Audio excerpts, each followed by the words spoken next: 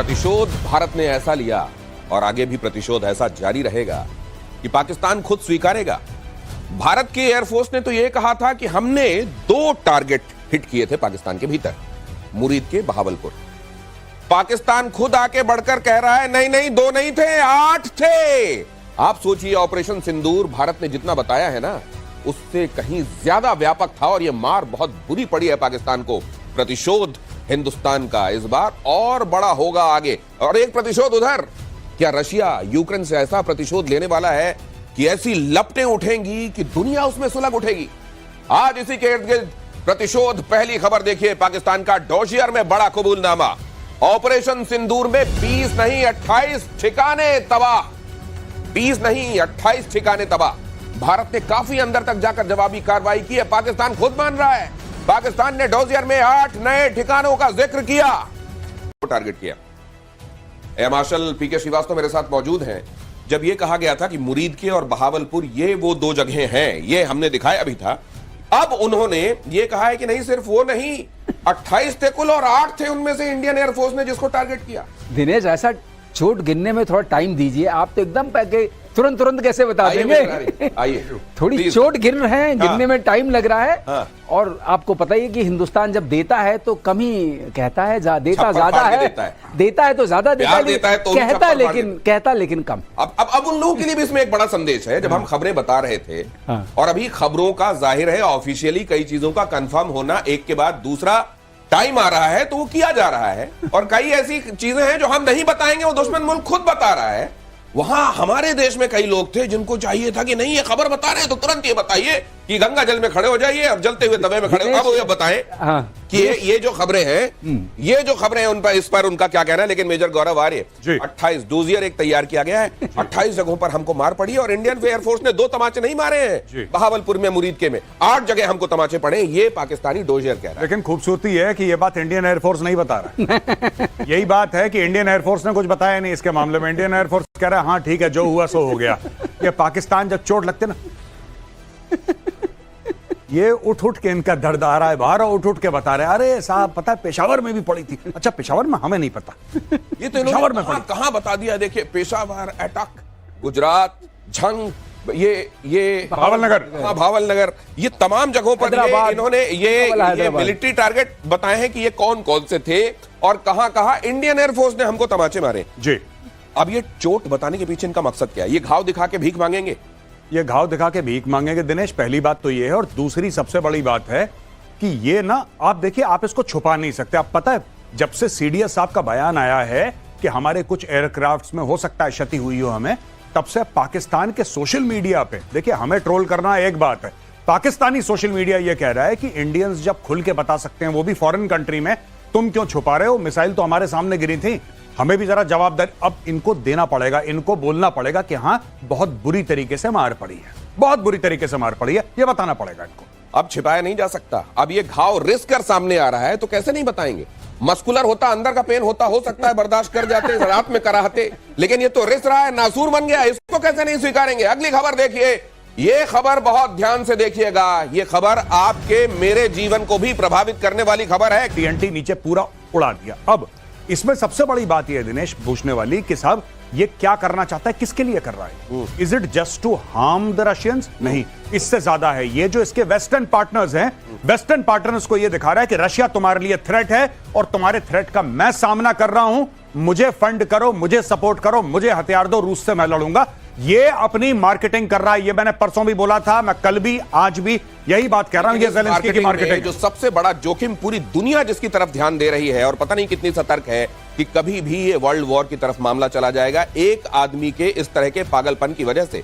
रूस की धमकी के बाद दुनिया में परमाणु हमले का डर। ये खबर देखिए, रूस बदल सकता है नो फर्स्ट यूज की पॉलिसी। और इस वक्त जो छेड़छाड़ हो रही है, और जैसा गौरव ने बताया बिल्कुल सही है, ये छेड़छाड़ से इसलिए हो रही है, जानबूझ के की जा रही है कि वेस्टर्न अटेंशन मिले। ये वैसे ही जैसे एक बच्चा अपने अटेंशन के लिए माँ बाप के सामने चिल्लाता है, अभी ज़ेलेंस्की वही काम कर रहे हैं। अपनी तरफ ध्यानाकर्षण करने के लिए ही is done 2 things which are very dangerous from global peace perspective. अब इसको देखना पड़ेगा पूरे संसार को। साथ में प्राइम मिनिस्टर स्टारमर का भी एक बयान आया है। कीथ स्टारमर क्या कह रहे हैं? हाँ, कीथ स्टारमर कह रहे हैं कि हमें तैयार रहना पड़ेगा। उन्होंने 2.5% बनाया, उन्होंने we have to be war ready. उन्होंने जैसा न्यूक्लियर सबमरीन मतलब सर क्या यूरोप ना चाहते हुए भी पूरा का पूरा आग में आएगा? एक बात बस कहना चाहूंगा दिनेश, और अमेरिका भी आ जाएगा जो हाथ खींचना चाह रहा है इससे, क्या उसको भी आना पड़ेगा? यही बात वो बोलो। ये जो क्या सिचुएशन क्रिएट कर रहे हैं, यूरोप जो वर्ल्ड वॉर 2 में हुआ था, इनिशियली अमेरिका वर्ल्ड वॉर 2 को ज्वाइन नहीं करना चाहता था, बार बार विंस्टन चर्चिल ने जाके रिक्वेस्ट करके और ऐसी सिचुएशन क्रिएट की, जब उनका वो आ रहा था, शिप आ रहा था और उसको यू बोट ने मारा, उसने उनको अपनी तरफ खींचा और पर्ल हार्बर ऑफ कोर्स एक बड़ा मोमेंट बन गया। तो ये ना चाहते हुए भी वर्ल्ड वॉर की तरफ जा रही है, क्या आपको भी अंदेशे हैं मेजर गौरव? देखिए, मैं ये तो नहीं कहूंगा वर्ल्ड वॉर, लेकिन मैं ये कहूंगा कि ये फैल सकता है पूरे यूरोप में। और नेटो के चीफ ने ये बोला है कि 5% ऑफ जीडीपी का सारे नेटो कंट्रीज जो हैं अपना डिफेंस का बजट करें। किसी का 1%, किसी का 1.5%, ही सेज नो बॉस। ये मैं मानता हूं। ये जिस तरीके का वर्ल्ड वॉर हम लोग समझ रहे हैं कि पूरी दुनिया आग में जलेगी, ऐसा नहीं होगा। लेकिन आप देखिए ना, एक तरफ इजराइल हमास का जिसमें ईरान तक शामिल है, जिसमें पूरा मिडिल ईस्ट जल रहा है, दूसरी तरफ ये रशिया यूक्रेन की लड़ाई जिसमें पूरे यूरोप में फैलने का अंदेशा है और पूरा यूरोप अपना डिफेंस का बजट बढ़ा रहा है। क्यों बढ़ा रहा है डिफेंस बजट? क्यों? हम तो यहां पे टेलीविजन स्टूडियो में डिस्कस कर रहे हैं। यूरोप की कंट्रीज जो नेटो की कंट्रीज हैं, काफी सारी उसमें यूरोपियन कंट्रीज हैं, नेटो के देश कह रहे हैं कि 5% ऑफ जीडीपी हम कमिट करते हैं। आप सोच लीजिए, कोई भी देश, छोटा देश कहता है 5% जीडीपी डिफेंस में जाएगा। आप सोच लीजिए वो क्या करना चाह रहा है, उसको कितना खतरा महसूस हो रहा होगा कि अभी रूस आएगा। जिस दिन पुतिन सनका, मैं आपको बता रहा हूं, ये जो छेड़ रहे हैं ना इसको, ये क्यों छेड़ रहा है? एक तो वर्ल्ड अटेंशन के लिए, और इसको पता है यही काम पाकिस्तान ने पहलगाम में करा था। मैं आपको एक एग्जांपल देता हूं, पैरेलल नहीं है, मैं कंपेयर नहीं कर रहा, मैं आपको सिर्फ एक आइडिया दे रहा हूं कि पाकिस्तान ने क्या बोला। उसको पता था भारत रिटेलिएट करेगा, उसको पता था, इसीलिए वो चाह रहा था कि इंटरनेशनलाइज हो जाए कश्मीर। एक एम ये भी था पाकिस्तान का, कई एम हो सकते हैं, लेकिन उनमें से 4-5 एम्स में से ये था कि कश्मीर दोबारा 370-35 से हटने के बाद इंटरनेशनलाइज हो जाए। आज की तारीख में हुआ। पाकिस्तान एक लेवल तक सक्सेसफुल हुआ लोगों को मारने के लिए। कश्मीर का इश्यू इतना इंटरनेशनलाइज नहीं हुआ, लेकिन हां, उसने भारत में आके इनोसेंट सिविलियंस को मारा। यह बात सच है। नहीं गौरव, ये भी तो था, पाकिस्तान को ये था अपने आप को हाइफनेट करना था भारत के साथ। भारत प्रॉस्पेरिटी में इतना आगे बढ़ रहा था, चौथे कदम में पहुंच रहा है इकोनॉमी में, but still they wanted to hyphenate and वो इंटरनेशनलाइज करना था। तो कैसे करेंगे? एक छोटा सा हमला कीजिए, उसके बाद भारत हमला करेगा, अपने आप ये बात तो लोग कहेंगे इंडो पाक वॉर। तो इंडो के साथ पाक में हाइफन, मतलब कहीं उसके साथ चर्चा में, हाँ, कि हम बराबर के किसी बड़े पहलवान के साथ वैसे बराबरी नहीं कर सकते, तो ऐसा कुछ चर्चा में आ गए कि चर्चा में उसके साथ आपका नाम कहीं ना किसी न किसी बहाने लिया जा रहा है। ये देखिए बड़ी बात, और ये एक्सपर्ट्स ही बता सकते हैं। अगली खबर देखिए, अमेरिकी गोल्डन डोम की काट निकालने में जुटा चीन। चीन ने नई स्टेल्थ टेक्नोलॉजी विकसित करने का दावा किया। J-35 ऐसा होगा, J-20 किसी ने देखा नहीं है वो। ठीक है, दूर से शो में अगर कोई शो हो गया कहीं पे, एयर शो, उधर देख लिया। किसने चलाया है, किसने ऑब्जर्व करा है, कौन इसकी कॉकपिट में बैठा है, किसने उड़ाया है इसको, ये सब चीजें पता ही नहीं। किसको बेच रहा है चाइना, कौन खरीद रहा है? तो ये जो चाइना रखता है ना, और चाइना का जिसको हम लोग यूपी में कहते हैं ना भौकाल, चाइना ने भौकाल बना रखा है अपना कि अरे चाइना चाइना चाइना की टेक्नोलॉजी फलाना। गोल्डन डोम, अच्छा दूसरी एक और बात आपने गोल्डन डोम के संदर्भ में हम चर्चा कर रहे हैं, क्या ये जैसे ये होता है, हम एक जमाने में ये भी होता था कि भाई इधर सचिन तेंदुलकर होंगे तो उधर से कौन होगा, क्या शोएब अख्तर होगा, वसीम, कुछ नाम जोड़ने की कोशिश होती है। क्या उधर से गोल्डन डोम एक नाम हमने सुना, तो इधर से भी कि हम ऐसा स्टेल्थ कर देंगे और ये कर देंगे, ये वो भी है क्या? मैं एक बात आपको बताता हूं, ये गोल्डन डोम वगैरह एक हायर लेवल पे ठीक है, लेकिन अभी जो यूक्रेन ने करा रशिया के खिलाफ, उसमें कौन सा गोल्डन डोम काम कर लेता अगर होता तो? सही बात, होता तो सही बात। और वो पता है क्या, वो शादी वाले ड्रोन जैसे हैं वो जैसे शादियों में होता है ना ड्रोन जो खींचता है कि हाँ। मेरी हैरानी इस बात को लेकर भी है कि वो शादी वाले ड्रोनों के लिए भी उतनी सेंसिटिव जगह पर क्या रशिया के पास कोई एयर डिफेंस मैकेनिज्म नहीं था? ड्रोन इतने छोटे हो गए, अब क्या करेंगे? और ये मैं आपको एक और बात बताऊं, ड्रोन गए ऊपर सीधा उसने जहाज में क्रैश करवा दिया, सारे जहाज जल गए। आप ये देखें ना, ये गोल्डन डोम बिल्कुल बढ़िया है। स्पेस से कोई बैलिस्टिक मिसाइल आ रही है, इंटरकॉन्टिनेंटल बैलिस्टिक मिसाइल आ रही है, ऐसा आ रहा है वैसा, उस सब के लिए बहुत बढ़िया है ये, उसमें कोई डाउट नहीं है। वर्ल्ड का बेस्ट बनाएगा, अमेरिका बनाएगा। लेकिन भाई आजकल के थ्रेट्स तो दूसरे किस्म के हैं ना। आजकल के थ्रेट्स ये हैं कि आपने किसी वेबसाइट से ड्रोन ऑर्डर करे, मैंने ड्रोन ऑर्डर करे 50, मैंने उनको अपनी वर्कशॉप में अपने गैराज में मॉडिफाई करा, मेरे पास गन पाउडर है, मेरे पास प्लास्टिक एक्सप्लोजिव है, मैंने ड्रोन उड़ाया, जाके हवाई जहाज में क्रैश कर दिया, अब उसका गोल्डन डोम क्या कर लेगा? जब तक में पोलियो की वैक्सीन बनी तब तक में कोविड आ गया जी। भाई दिनेश ऐसा है, अगर आप डोम के अंदर ही हैं तो डोम क्या करेगा बेचारा? अब डोम के अंदर ही है तो डोम क्या करेगा? वही कह रहा हूं, अगर ट्रक वहीं घूम रहे हैं और उनके अंदर ड्रोन लेके घूम रहे हैं तो वो तो डोम के अंदर है, तो डोम क्या करेगा? ये बड़ी बात है। ये अगली खबर देखिए, पुतिन के डर से कांपने लगा ब्रिटेन। ये खबर देखिए, अमेरिका से मांगे परमाणु हमले वाले फाइटर जेट। अमेरिका से F-35A लाइटनिंग फाइटर जेट्स खरीदने की तैयारी। परमाणु हमले में सक्षम है F-35A जेट्स। ब्रिटेन के पास केवल ट्राइडेंट मिसाइल से लैस पनडुब्बियां हैं जिनसे परमाणु हमला संभव है। उसके पास अमेरिका, रूस, चीन, भारत और फ्रांस जैसी त्रिस्तरीय परमाणु हमला करने की क्षमता नहीं है। जिसका सूरज कभी डूबता नहीं था, उसके ये दिन आए हुए हैं। अब उग नहीं रहा सूरज, अब उग नहीं रहा है। हाँ, क्योंकि उन्होंने सही है, ठीक कह रहे हैं, वहां उगता कम है सूरज। और सूरज कम उग रहा है।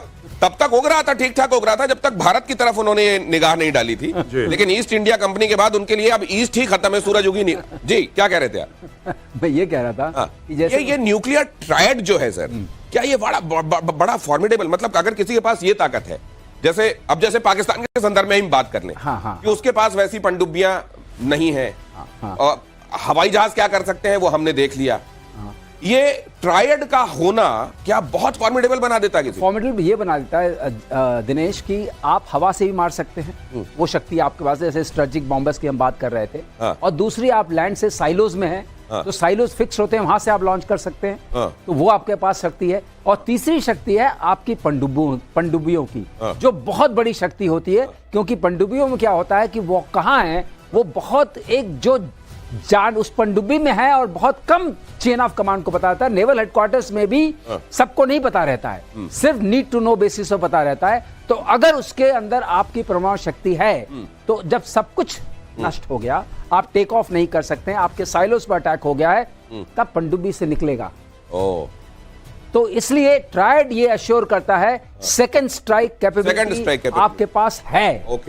अभी रशिया करने की कोशिश कर रहा है, वो कह रहा है कि हम फर्स्ट यूज में, तो इसको अपने दर्शकों को समझा देते हैं। देखिए, परमाणु वाले जो पहलवान हैं, उन परमाणु वाले पहलवानों में दो तरह की कैटेगरी है। एक परमाणु का पहलवान वो है जो किसी तरह एक थप्पड़ तो मार लेगा, लेकिन दूसरा थप्पड़ फिर से चलाने की या दूसरा दांव मारने की उसमें ताकत नहीं है। लेकिन वो न्यूक्लियर ट्रायड वाले, जिनमें हिंदुस्तान भी एक है, वो देश है जिनमें लगातार 1, 2, 3, 4 थप्पड़ मारने की कैपेबिलिटी। तो वो जो एक थप्पड़ लेके आया है, वो लेके तो आया है परमाणु वाला, लेकिन एक ही चला पाएगा, उसके बाद नहीं चला पाएगा। ठीक कह रहा हूं सर? अब ये देखिए, हमने यहां पर ये एक अंदाजा अभी वर्ल्ड ऑर्डर को देखते हुए अंदाजा लगाने की कोशिश की है मेजर गौरव आर्य। क्या इस तरह से बंटवारा होगा देशों का?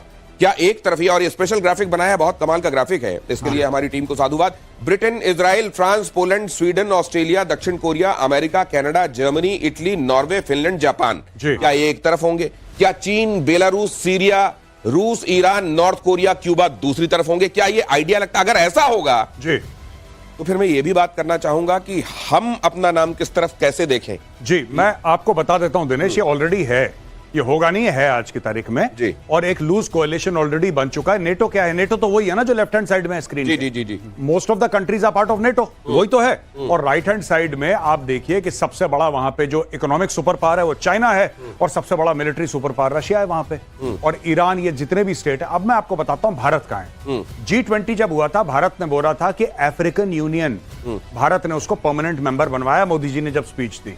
भारत ये कह रहा है कि ना हम तुम्हारे साथ है ना तुम्हारे साथ, हम अपने साथ हैं। और भारत कह रहा है कि मल्टीपोलर वर्ल्ड है, बाइपोलर वर्ल्ड नहीं है, जहां पे एक तरफ रशिया और चाइना है, दूसरी तरफ अमेरिका नहीं। भारत भी है। भारत अपने आप में एक उभरता सुपर पावर है, और भारत अपने जो हमारे सपोर्टर्स हैं उनको साथ लेके चलेगा। इसलिए तो भारत इन्वेस्ट कर रहा है, तो भारत अफ्रीका में इन्वेस्ट कर रहा है, इसकी फौज में, आर्मी, ये सब क्यों कर रहा है? इसीलिए कर रहा है भारत। गौरव जो कह रहे हैं उसी को मैं सपोर्ट करता हूं कि ये जो हमने बाइनरी दिखाई है, तो ये बाइनरी नहीं है, दिस इज ट्राइनरी। अच्छा। 3 लेग्स, एक लेग पे भारत भी तो है, और बाकी अफ्रीकन कॉन्टिनेंट के लोग हैं। हमारे जो ईस्ट लुक पॉलिसी थी, हमारी लुक ईस्ट पॉलिसी थी, उससे कनेक्टेड लोग हैं। तो ये सब भी तो एक, उनका भी तो एक बहुत बड़ा समूह है। तो ये भी समझ लीजिए कि अगर जो सुपर पावर्स, कथित बड़ी ताकतें हैं, वो ये चाहती हैं कि दुनिया बस 2 खेमों में बंट जाए, तो ऐसा नहीं होगा। भारत ने स्पष्ट कर दिया है कि भारत के हितों के हिसाब से जितने खेमे जरूरी होंगे और जितनी परतें, जितना लेटरल होना जरूरी होगा, भारत वो करेगा। और इसलिए आप यहां पर देख रहे थे, अगली खबर आपको दिखाऊं। ब्रिटेन को तो खैर ये चाहिए, उसको कब मिलेंगे, खतरा उसको दिखाई देने लगा है। कीथ स्टार्मर ने यह भी कहा है कि भाई साहब ये जो रशिया कर रहा है अब ये हमको लग रहा है कि अब इसके लपेटे में हम आएंगे, जेलेंस्की ने जो किया है वो हमको भी लपेटे में लेकर आएगा। अंतर रिएक्टर पहुंच गया उसके पास, लगातार लगा हुआ है वो बनाने। वो लगा हुआ है, वो तो बनाना होता है, वो बना रहा है और ऊपर से धमकी खा रहा है, लेकिन बना रहा है। और ये सर इजराइल तो कह रहा है कि हम, और अब ये तो अमेरिका ने भी कहा हुआ अगर तुम बनाओ तो हम उन तमाम जगहों को जाके उड़ाएंगे। तो क्या अब इनके यहाँ किराना हिल्स देखने को मिलने वाली है क्या? देखिए अब ये संभावना अगर उन्होंने की, आपने जो कहा था उसको और चिंगारी लग जाएगी। अभी चिंगारियां लग रही हैं। तो इन्होंने बोला है गौरव ने कि एक चिंगारी लगी जो आपने 40 स्ट्रेटेजिक बॉम्बर्स को मार दिया उससे, दूसरी लगी पुल उड़ा दिया, और तीसरी चिंगारी ये होगी। इसके बाद आप बताइए वर्ल्ड वॉर 3 जो आप बोलते हैं, इसका मतलब participation of most of the countries. लेकिन ये सारी वॉर जो है आपने देखा यूरोप सेंट्रिक होती है। वर्ल्ड वॉर 1 भी यूरोप सेंट्रिक थी, वर्ल्ड वॉर 2 भी यूरोप सेंट्रिक। करेक्ट। और अगर आपको एक चीज और बता दें, जो देश सबसे ज्यादा लोगों को खोया जिसने, 15 million people were lost by allied powers. जो एलाइड पावर्स थी वही जीती, और जो एक्सिस पावर्स थी उनके 5 मिलियन के आसपास लोग लूज हुए थे। तो सब मिला के जीता कौन? जहाज भी आप देखेंगे उनके कोई 12,000 गए थे, इनके 5,000 के आसपास गए थे। लेकिन पॉलिटिकल एम जो वो लोग बात करते हैं ना, क्या खोया क्या पाया, कितने जहाज गए। जिसके पास होगा वही तो खोएगा। जो तो वैसे ही खड़ा हुआ, जिसके पास कपड़े होंगे उसी को तो उतार पाओगे। दूसरी चीज यह है कि कुछ दिखाई दे ये क्यों है? हर जगह देखिए आप। नहीं, आप पाकिस्तान की परत उखाड़िए, आपको नीचे चाइना मिलेगा। आप नॉर्थ कोरिया की परत उखाड़िए, चाइना। आपको क्या लगता है कि पाकिस्तान जो इतना दुनिया भर में दंदनाता फिरता है उसकी खुद की औकात है? जो लोगों के यहां आजकल बिजली नहीं आ रही और लोग सड़क पर एहतजाज कर रहे हैं, प्रोटेस्ट कर रहे हैं कि पानी नहीं है, उस मुल्क की इतनी औकात कहां से हो गई? ये चाइना दे रहा है सब कुछ, उसको पैसा, चाइना उसको डिप्लोमेटिक सपोर्ट दे रहा है। ये जैश ए मोहम्मद का जो हेड है मौलाना मसूद अजहर, राइट, जो बेचारा बताइए, बेचारा मैंने कह दिया मरते मरते बचा। नहीं, मैं दूसरी बात आपसे, जो आपने कहा ना कि आप वहां ईंटा उखाड़ के देखेंगे तो वहां से जो खजूरा निकलेगा वो चाइना दिखेगा। जी बिल्कुल। तो मैं एक बात ये आपसे जानना चाहता हूं कि कोई ये इस तरह के मुल्क जो है, ये बड़े पावर जो बन रहे हैं, ये बड़ा होकर अमेरिका बनना चाहते हैं क्या, कि हम भी क्राइसिस क्रिएट करेंगे और हमारी न्यूसेंस वैल्यू हमारी वैल्यू होगी दुनिया में? नहीं, इससे बड़ा छोटे की बात नहीं है। ईरान भी तो यही कर रहा है। ईरान जब हिजबुल्लाह और हमास को सपोर्ट करता है, हुतियों को सपोर्ट करता है, और दुनिया भर में पूरे मिडिल ईस्ट में अपनी, तुर्की नहीं कर रहा। जो अहमद अल शरा है, जो सीरिया का प्रेसिडेंट है, he is supported by Turkey. तो ये दुनिया में बहुत, हम लोग नहीं करते वो अलग चीज है, we are not doing it. लेकिन हमसे जो काफी गरीब देश हैं, जिनकी डिप्लोमेसी हमारी जितनी नहीं है, जिनका पैसा हमारे जितना नहीं है, जिनका रसूख हमारे जितना नहीं है, जिनकी फौज हमारी जितनी नहीं, वो लोग कर रहे हैं, खुलेआम कर रहे हैं। भाई ईरान कर रहा है। ये जो मेजर गौरव आर्य बता रहे हैं ना, प्रधानमंत्री नरेंद्र मोदी जब ये कहते हैं कि अगर भारत ताकतवर बनता है तो दुनिया ताकतवर बनती है, अगर भारत का मंगल होता है तो दुनिया का मंगल होता है, अगर भारत का उदय होता है तो दुनिया का उदय होता है। ये क्यों होता है? इस नियत की वजह से होता है। बाकी जगहों पर नियत का ये खलल आपको समझ में आ रहा है? अगली खबर देखिए, ताइवान को लेकर दक्षिण चीन सागर में तनातनी। ताइवान, लेकिन मैं आपको एक बात बताना चाहता हूं, जो अगर सुन रहा हो, जिसके पास भी डिसीजन मेकिंग कैपेबिलिटी हो, हम लोग तो टेलीविजन पे यहां पे आके अपनी बातें रखते हैं। एक बात कहना चाहता हूं, जब कश्मीर के चलते चाइना प्रॉपरली पाकिस्तान के साथ खड़ा है, जब उसके आतंकियों तक को बचाता है चाइना, और खुल के बचाता है, जब टीआरएफ के ऊपर सैंक्शंस होने वाले थे तब चाइना ने मदद करी पाकिस्तान की, जब चाइना खुल के आ रहा है, तो अब यह वक्त आ गया है कि भारत भी ताइवान के साथ सीधा खड़ा हो जाए। आपको अगर वेपन सप्लाई करने हैं, आप क्यों नहीं दे रहे ताइवान को आकाश तीर? आप उसको क्यों नहीं दे रहे पिनाका? आप उसको क्यों नहीं दे रहे ब्रह्मोस? क्यों? वाई?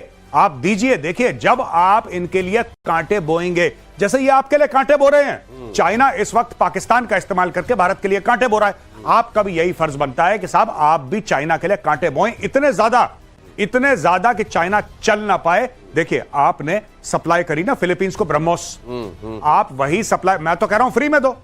आपको क्यों सप्लाई करनी है? ये कॉन्ट्रैक्ट आएगा, फिर बाबूजी ये कागज लिखेंगे, फिर फाइल साइन होगी। आपको पता है ना कि चाइना की किसके साथ जिंदगी और मौत की दुश्मनी है, आपको सब पता है। जिसके साथ दुश्मनी है उनको सप्लाई करो, बोला आएगा ठोक देना तुम। चाइना यही कर रहा है। तो चाइना करने की कोशिश कर रहा है। चाइना कभी भी ताइवान पर विजय नहीं पा सकता। ताइवान की सबसे बड़ी जो दोस्त है वो उसकी टेरेन है, उसका 2/3 टेरेन माउंटेनियस एंड फॉरेस्टेड है। टेरेन और सेमीकंडक्टर्स बचाएंगे क्या उसको? टेरेन और सेमीकंडक्टर्स टोटल बचाएंगे। मैं आपको बता रहा हूँ 90% से ज्यादा लोग, चाइना भी वही सेमीकंडक्टर्स यूज करता है। और एक और बता दूं, बीच फ्रंट जो है ना उसका, ये जहाज लेके जा रहे हैं, वो बीच फ्रंट कोई भी ऐसा नहीं कि जहां वो लैंड कर सके। तो ताइवान को जीतना इतना आसान नहीं है। अगर ताइवान के ऊपर लड़ाई की तो अभी मैं यूएस की बात नहीं कर रहा हूं, वो तो आएगा ही, उसके अलावा भी ये पिटेंगे, बहुत पिटेंगे। एटमी हमलों से बचने के लिए डीआरडीओ ने बनाई खास किट। अगली खबर देखिए, न्यूक्लियर प्रभाव को कम करने वाली किट, रेडिएशन एटमी युद्ध के दौरान किट कारगर होगी, घायल सैनिकों लोगों को बचाने में इसका इस्तेमाल हो सकता है।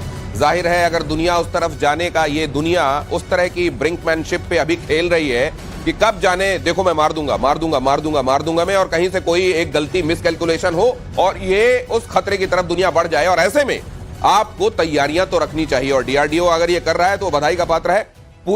असल में एक पूरे देश में चीजों को, खतरों को लेकर, शत्रुबोध को लेकर आगाह करने और तैयारी करने की आवश्यकता है मेजर गौरव आर्य। और मुझको यह लगता है कि उस स्पीड और स्केल में अभी गुंजाइश है, लेकिन हम दिशा हमारी बिल्कुल सही है, लेकिन आप बिल्कुल ठीक कह रहे हैं दिनेश, मैं अग्री करता हूं आपसे। स्पीड और स्केल हमारा बहुत ज्यादा गड़बड़ है और शत्रुबोध में हम लोग अभी माइनस में चल रहे हैं। दिशा पकड़ ली है, लेकिन देखिए ना, अभी भी लोग ऐसे भारत में जो कहते हैं कि नहीं पाकिस्तान के साथ जो लड़ाई है वो नहीं करनी चाहिए, आखिर हमारी इकोनॉमी का क्या होगा। इकोनॉमी का क्या होगा भाई साहब, मैं आपको बात बताऊं, जब देश सुरक्षित रहेगा तब इकोनॉमी होगी। बिना सुरक्षा के कोई इकोनॉमी किसी देश की नहीं होती। Let's be very very clear. और चाइना क्या चाह रहा है? चाइना पाकिस्तान के थ्रू आपकी इकोनॉमी को डैमेज करना चाह रहा है। दैट इज वाई मैं ये नहीं कह रहा कि 26/11 के पीछे चाइना था, मैं वो नहीं कह रहा, लेकिन आप ये भी मानिए कि क्यों मुंबई को सेलेक्ट करा गया 26/11 के लिए। वाई मुंबई? कोई बॉर्डर लगता है महाराष्ट्र का? मुंबई का बॉर्डर लगता है पाकिस्तान से? मुंबई क्यों आया? क्योंकि मुंबई भारत की फाइनेंशियल कैपिटल है। अगर मुंबई पे चोट लगेगी, स्टॉक मार्केट पे चोट लगेगी, ये सब सोची समझी चीजें। मैं फिर कह रहा हूं, I am not saying China was behind 26/11, I am saying why was Mumbai selected. क्यों मुंबई पे हमला हुआ, ये सोचिए जरा। जब आप मोटिव देखेंगे, मोटिव क्या है, तो आपको अपने आप पता लगने लगेगा कि कौन है जिसका इससे हित साधन हो रहा था।